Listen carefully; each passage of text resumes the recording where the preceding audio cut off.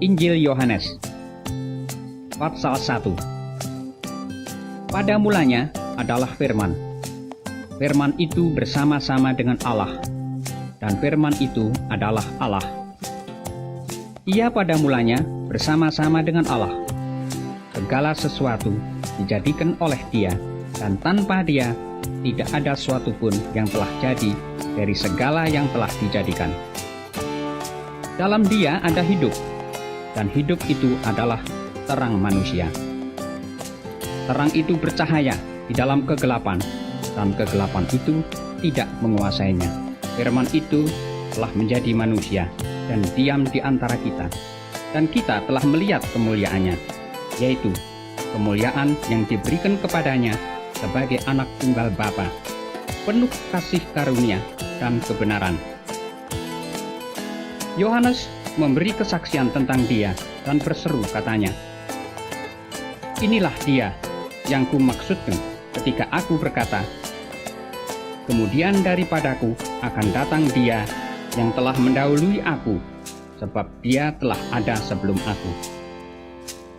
Karena dari kepenuhannya kita semua telah menerima kasih karunia demi kasih karunia. Sebab hukum Taurat diberikan oleh Musa, tetapi kasih karunia dan kebenaran datang oleh Yesus Kristus. Tidak seorang pun yang pernah melihat Allah, tetapi anak tunggal Allah yang ada di pangkuan Bapa, Dialah yang menyatakannya. Selamat pagi adik-adik sekalian. Kita ketemu lagi di minggu ketiga di bulan Desember ini. Nah, biasanya kalau bulan Desember itu maka terasa sekali berbeda dengan bulan-bulan biasanya. Di sana sini banyak lagu-lagu Natal, lalu ada hiasan-hiasan Natal. Di rumah kita juga mungkin agak berbeda, ya. Nah, kita di tengah semaraknya Natal ini kita perlu mengerti siapakah Yesus yang kelahirannya itu diperingati di seluruh dunia, bukan di Indonesia saja tetapi di seluruh dunia. Ada yang berkata bahwa Yesus adalah seorang nabi. Ada juga yang berkata bahwa Yesus itu adalah guru yang mengajarkan etika. Ada juga yang menganggap Yesus itu adalah pemimpin agama. Nah, bagi adik-adik sekalian, Yesus itu siapa sih? Sebelum kita memulai pelajaran pada pagi hari ini, kita akan berdoa dulu. Bapa kami di surga, bersyukur atas pimpinan-Mu hari demi hari hingga hari ini. Bersyukur untuk bulan demi bulan yang boleh kami lewati Tuhan, di mana masa-masa yang cukup sulit kami alami di tengah pandemi ini. Tetapi kami tahu bahwa pemeliharaan Tuhan tidak pernah berubah terhadap kami. Engkau memimpin kami, memelihara kami, menyertai kami, sehingga kami bisa melewati semuanya ini dengan kekuatan yang daripada Tuhan. Tuhan Yesus, kami mau belajar tentang siapakah Engkau Tuhan pada pagi hari ini, biar kami bisa mengerti dan bisa mengaminkannya di dalam kehidupan kami, dan kami juga bisa menerima Tuhan Yesus sebagai Tuhan dan Juru Selamat ketika ada di antara kami yang belum menerimanya. Terima kasih Bapa untuk pagi ini, karena kami menyerahkan waktu ini di dalam nama Yesus Kristus, penebus kami yang hidup. Amin. Di dalam Yohanes 1 ayat 1 dikatakan pada mulanya adalah firman. Dan kemudian juga di kitab Kejadian 1, kalau adik-adik melihat tentang penciptaan, dikatakan pada mulanya Allah menciptakan langit dan bumi. Kejadian 1 ayat 1. Nah, kedua ayat itu dimulai dengan perkataan pada mulanya. Hal tersebut menekankan bahwa Yesus adalah satu pribadi dan Ia ada sejak semula bersama dengan Allah Ia adalah firman dan ia adalah Allah. Kalau adik-adik melihat di dalam 1 Yohanes 1 dan selanjutnya, di situ dikatakan bahwa Allah menyingkapkan dengan lebih jelas tentang bahwa segala sesuatu itu diciptakan, dijadikan oleh firman. Kemudian kalau adik-adik melihat di dalam Kejadian 1 tentang penciptaan, kita melihat di situ Allah berfirman, jadilah terang. Allah berfirman, jadilah seperti ini. Allah berfirman, semuanya dengan firman. Karena itu, jadi tanpa firman tidak ada sesuatu pun yang tercipta. Adik-adik lihat ya di Yohanes pasal 1, juga di Kejadian pasal 1. Nah, kita melihat di dalam Yohanes 1 ayat 14 dan 18 itu tentang bahwa kasih Allah itu terbukti dengan penjelmaan dari firman Allah menjadi manusia. Yang tadinya firman Allah, karena dosa, kemudian firman Allah itu menjadi manusia. Karena Allah Bapa melihat tidak ada jalan lain untuk menebus umat manusia, untuk kembali kepada Dia selain memberikan anaknya ke dunia. Oleh karena itu kasih Allah itu demikian besar terbukti ketika firman itu menjelma menjadi manusia di dalam diri Yesus, dan kemudian Tuhan Yesus mati di kayu salib untuk menebus dosa-dosa manusia, dan kemudian kita bisa menyaksikan bagaimana Tuhan Yesus disalib, kemudian dibangkitkan, dan untuk disalib untuk menebus dosa-dosa kita, Dia menjadi juru selamat bagi kita, dan kita diangkat menjadi anak-anaknya. Bayangkan siapa sih kita ini? Ya, siapa kita ini? Orang manusia yang berdosa ini ditebus oleh Tuhan Yesus di kayu salib. Kemudian kita bisa menyebut Dia Bapa, dan kita bisa menjadi anak-anak Allah. Allah yang menciptakan langit dan bumi, alam semesta ini, dan Allah yang menciptakan segala sesuatu, menciptakan kita juga menurut gambar dan serupa dengan Dia. Kemudian Dia rela untuk mati bagi kita, yang menyebabkan kita memperoleh keselamatan bagi mereka yang menerima Dia.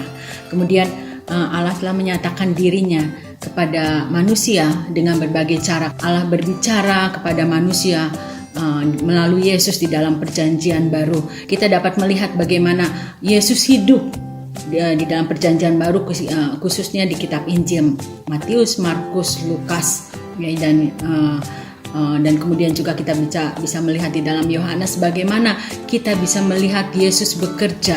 Kita melihat bagaimana Dia mengambil rupa seorang manusia, tapi Dia 100% manusia tapi juga 100% Allah.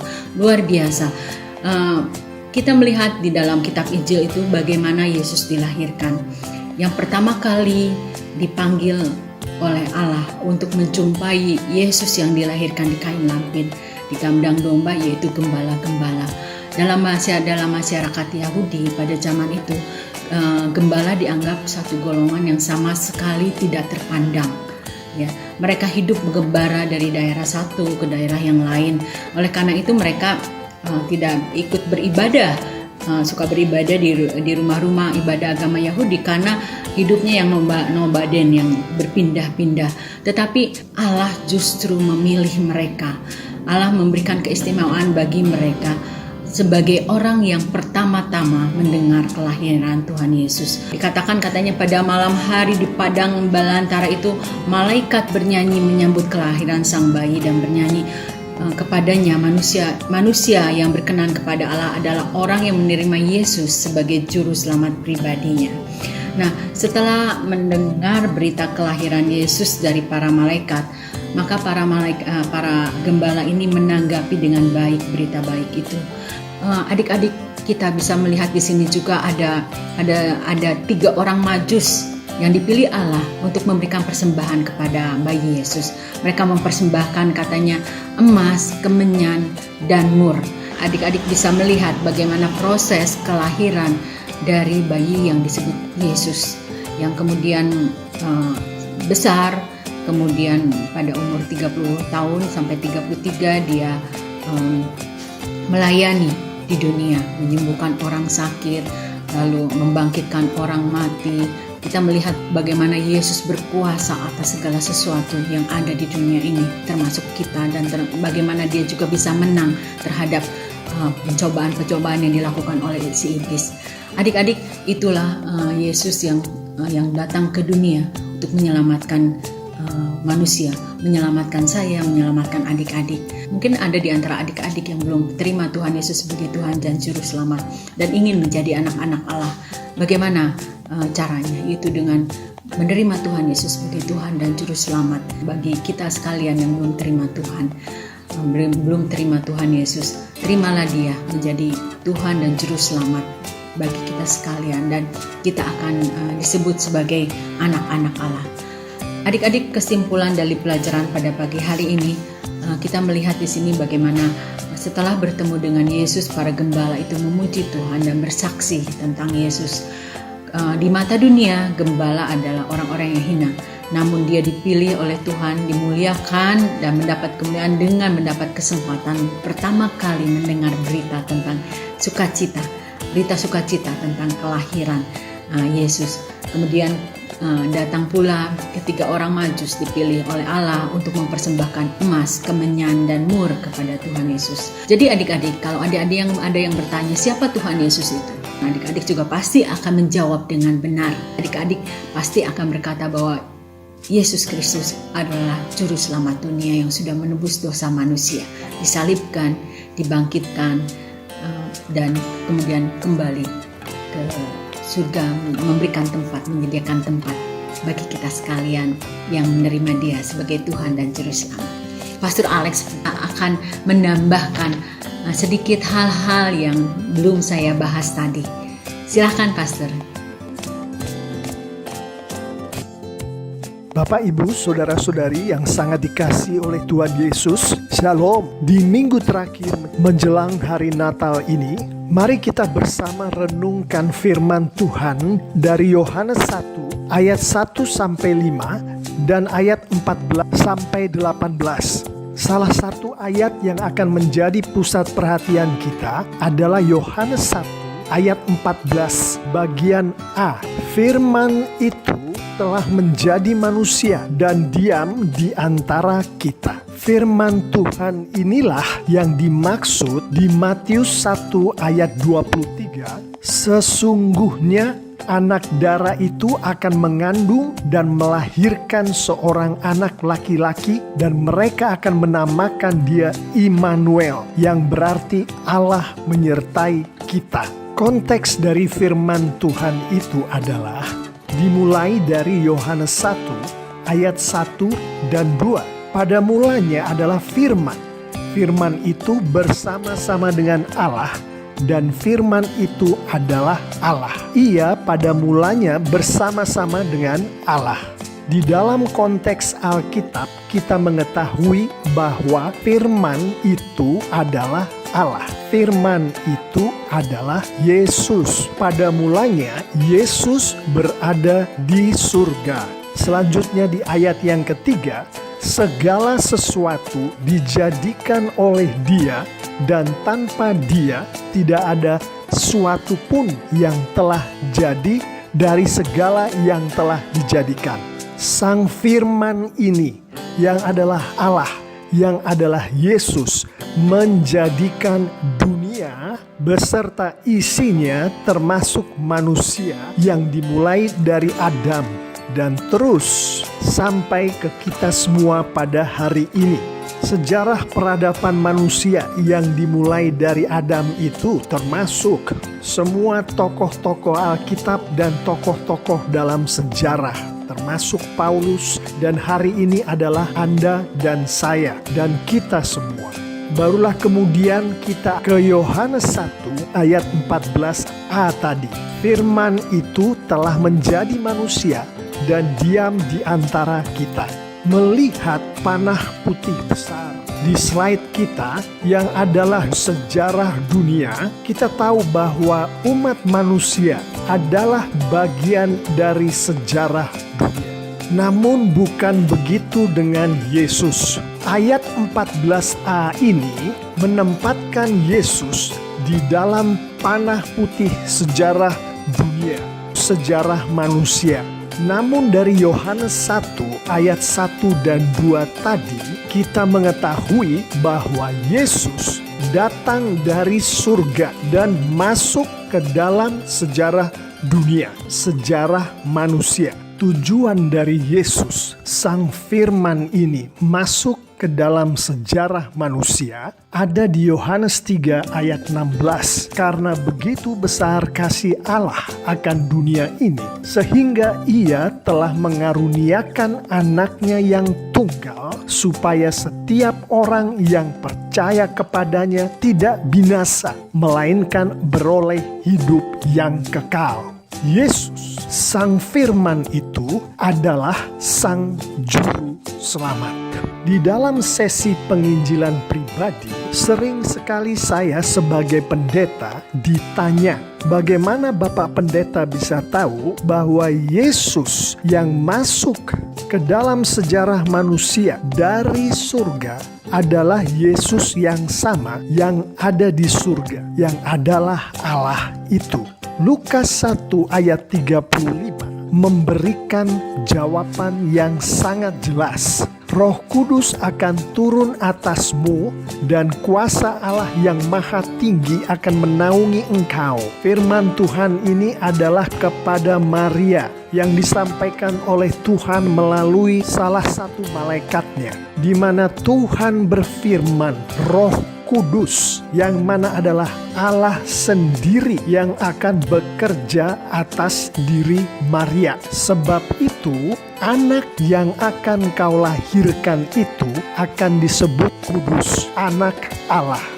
Tuhan bekerja atas Maria. Maria mengandung seorang anak. Kita tahu bahwa anak yang dikandung ini bukan dari sel wanita maupun sel pria. Anak yang dikandung ini adalah pekerjaan Roh Kudus, adalah pekerjaan Tuhan, adalah Tuhan. Kita mengetahui ini dari konteks Alkitab. Firman Tuhan ini menunjukkan dengan jelas bahwa Yesus yang masuk ke dalam sejarah manusia itu adalah Yesus yang sama dengan Yesus yang ada di surga, yang sama dengan Allah yang adalah Sang Firman itu.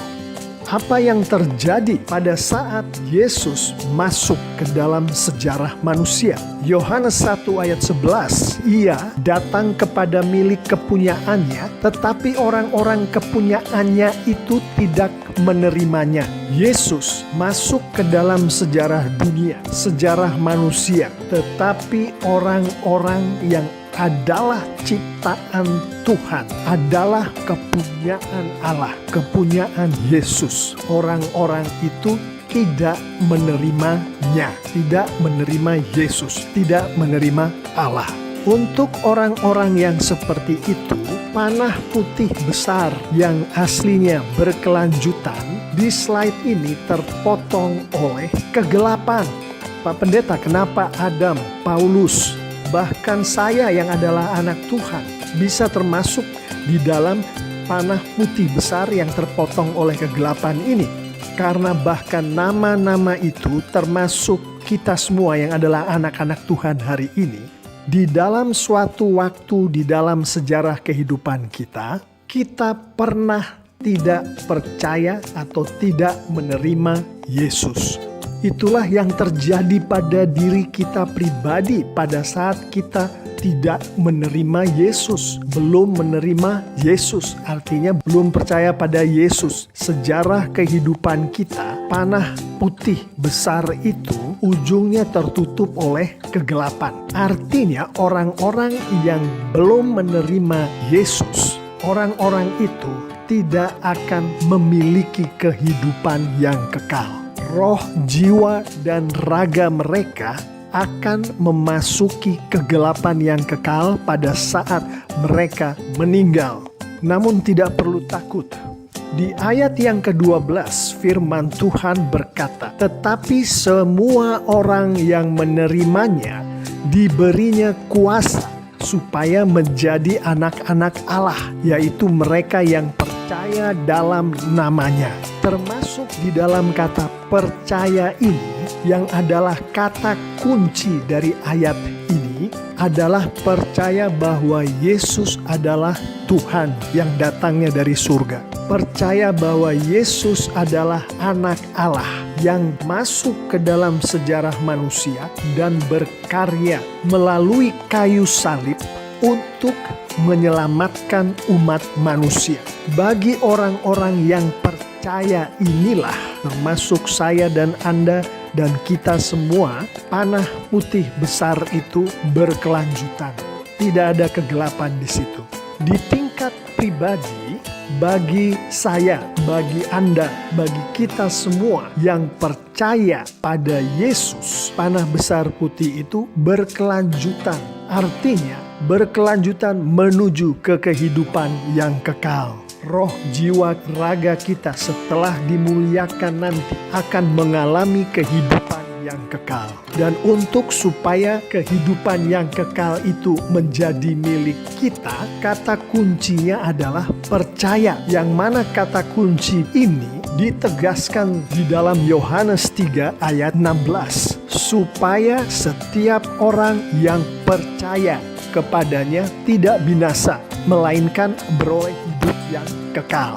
Melalui kata kunci percaya itu, Yohanes 1 ayat 14b mengatakan kita telah melihat kemuliaannya, yaitu kemuliaan yang diberikan kepadanya sebagai anak tunggal Bapa, penuh kasih karunia dan kebenaran. Saat kita percaya pada Yesus, maka mata rohani kita melihat kemuliaan Yesus yang adalah kemuliaan Allah. Dan kita akan mengalami Yesus sebagai pribadi yang penuh kasih karunia dan kebenaran. Kita mengalami kasih karunia dan kebenaran yang datangnya dari Yesus. Ditegaskan juga di Yohanes 1 ayat 16 sampai 17. Karena dari kepenuhannya kita semua telah menerima kasih karunia demi kasih karunia. Sebab hukum Taurat diberikan oleh Musa, tetapi kasih karunia dan kebenaran datang oleh Yesus Kristus. Mari kita sekarang melihat di tingkat kita pribadi, anak-anak Tuhan. Sebagai anak Tuhan, kita sudah menghidupi kata kunci percaya tadi. Seharusnya dengan menghidupi kata kunci percaya itu, Roh Kudus Yesus berada di dalam diri kita sebagai anak Tuhan yang sudah lahir baru. Namun kenyataannya banyak anak-anak Tuhan yang di dalam kehidupan mereka sehari-hari mereka bergumul, bahkan pergumulan-pergumulan yang merusak. Mengapa hal itu terjadi? Jawabannya ada di Yohanes 15 ayat 5 dan 7. Barang siapa tinggal di dalam aku dan aku di dalam dia, ia berbuah banyak, sebab di luar aku kamu tidak dapat berbuat apa-apa. Jika kamu tinggal di dalam aku dan firmanku tinggal di dalam kamu, mintalah apa saja yang kamu kehendaki dan kamu akan menerimanya. Kata kunci atau frasa kunci kedua yang kita mau ingat adalah kamu tinggal di dalam aku. Di dalam konteks nas ini dan di dalam konteks Alkitab, kita mengetahui bahwa yang dimaksud dengan frasa ini adalah firmanku, firman Tuhan tinggal di dalam kamu. Kedua ayat yang baru saja kita baca itu, ayat kelima menunjukkan hanya mereka yang tinggal di dalam aku, yaitu di dalam Yesus, yang akan berbuah-buah. Dengan kata lain, hanya mereka yang firman Tuhan ada di dalam mereka akan berbuah-buah. Galatia 5 ayat 22 dan 23 menunjukkan kepada kita buah-buah Roh Kudus itu. Buah roh ialah kasih, sukacita, damai sejahtera, kesabaran, kemurahan, kebaikan, kesetiaan, kelemah lembutan, penguasaan diri. Jadi bagi kita semua, anak-anak Tuhan yang sudah percaya pada Tuhan, namun firman Tuhan tidak tinggal di dalam kita, maka Roh Kudus yang ada di dalam kita didukakan, maka Roh Kudus yang ada di dalam kita tidak berkarya, tidak berbuah. Orang-orang yang seperti inilah firman Tuhan tidak tinggal di dalam mereka, yang mengalami pergumulan-pergumulan yang bisa merusak kehidupan mereka. Saya akan menutup renungan firman Tuhan kali ini dengan mengajak kita semua melihat Yohanes 1 ayat 18. Tidak seorang pun yang pernah melihat Allah, tetapi anak tunggal Allah yang ada di pangkuan Bapa, dialah yang menyatakannya. Untuk mudahnya, ayat ini bisa dikatakan sebagai berikut. Hanya orang-orang yang percaya kepada Tuhan Yesus yang dapat bertemu dengan Allah Bapa di surga, yaitu di rumah Bapa di surga, yaitu di surga. Di surga itulah kehidupan kekal terjadi. Bapak, Ibu, saudara-saudari yang sangat dikasihi Tuhan Yesus, hanya yang percaya pada Yesus, yang menerima Yesus, yang akan masuk ke surga bertemu Allah Bapa di surga, mengalami kehidupan yang kekal. Kita lihat di bagian bawah itu, roh, jiwa, raga kita yang sudah dipermuliakan. Buah-buah roh Yesus yang rohnya ada di dalam kita. Pada saat kita meninggal, itu semua akan ikut Yesus untuk bertemu dengan Allah Bapa di surga, dan akan tinggal di sana untuk selama-lamanya, menghidupi kehidupan yang kekal. Mari kita tutup renungan kita dengan dua penerapan. Penerapan yang pertama adalah berdasarkan Yohanes 1 ayat 12. Percayalah pada Yesus. Kalau Anda belum percaya pada Yesus, berdoalah. Carilah teman orang-orang yang sudah percaya pada Yesus dan mintalah didoakan. Berdoalah meminta Roh Kudus untuk membimbing Anda untuk percaya pada Yesus. Penerapan kedua adalah hidupilah firman Tuhan. Bagi kita-kita yang sudah percaya pada Yesus, maka untuk kita dari renungan firman Tuhan kali ini adalah Tuhan mau kita menghidupi firman Tuhan. Artinya, kita membaca firman Tuhan secara konsisten setiap hari. Kita mengerti firman Tuhan yang kita baca itu, dan kita mengetahui dengan jelas aplikasi dari firman Tuhan yang kita baca itu, dan kita melakukan firman Tuhan itu di dalam kehidupan kita sehari-hari. Berdoalah setiap hari, memohon kepada Roh Kudus Tuhan agar Roh Kudus memampukan kita untuk menghidupi firman Tuhan, memampukan kita untuk setiap hari membaca firman Tuhan, mengerti firman Tuhan yang kita baca, mengetahui dengan jelas aplikasi dari firman Tuhan itu, dan memampukan kita untuk melakukan firman Tuhan itu di dalam kehidupan kita sehari-hari. Dengan begitu, Tuhan kita dipermuliakan. Dengan begitu, Tuhan akan memberkati kita semua, anak-anaknya yang memuliakan Tuhan dari hari ke hari. Amin.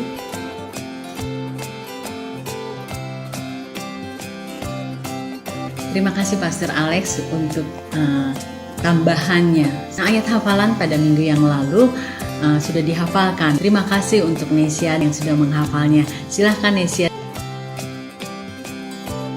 1 Korintus 11 ayat 26. Sebab setiap kali kamu makan roti ini dan minum cawan ini, kamu memberitakan kematian Tuhan sampai Ia datang. 1 Korintus 11 ayat 26. Terima kasih. Ayat hafalan pada pagi hari ini diambil dari Lukas pasal 2 ayat 11. Tentang hari ini telah lahir bagimu juru selamat, yaitu Kristus Tuhan di kota Daud. Nah adik-adik, minggu depan kita akan bertemu di dalam gabungan sekolah minggu tentang pelajaran ke-13, tentunya tentang syarat mengikuti perjamuan Tuhan. Nah sebelum kita akan mengakhiri sekolah minggu kita pada pagi hari ini, saya mengajak adik-adik sekalian untuk berdiam diri di hadapan Tuhan dan kita akan berdoa menghadap Dia. Terima kasih Tuhan, kami sudah belajar tentang siapakah Engkau di dalam kehidupan ini. Kami begitu banyak orang yang memperingati tentang kelahiran Yesus, dan kami bersyukur karena pada pagi hari ini kami boleh belajar tentang siapa Yesus yang kelahirannya begitu dilayakan oleh seluruh dunia, dan setiap orang boleh bersuka cita atas kelahiranmu. Terima kasih Tuhan karena Engkau pilih kami untuk menjadi anak-anak Tuhan, menjadikan Engkau sebagai Tuhan dan Juru Selamat kami.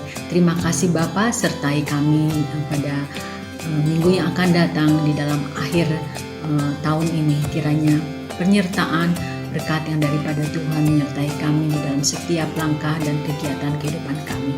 Terima kasih sekali lagi Bapa atas kebaikan dan kasih Tuhan kepada kami. Di dalam nama Yesus Kristus kami berdoa dan mengucap syukur. Amin. Selamat pagi adik-adik. Selamat beraktivitas dan menikmati hari Minggu ini. Sampai minggu depan. Bye.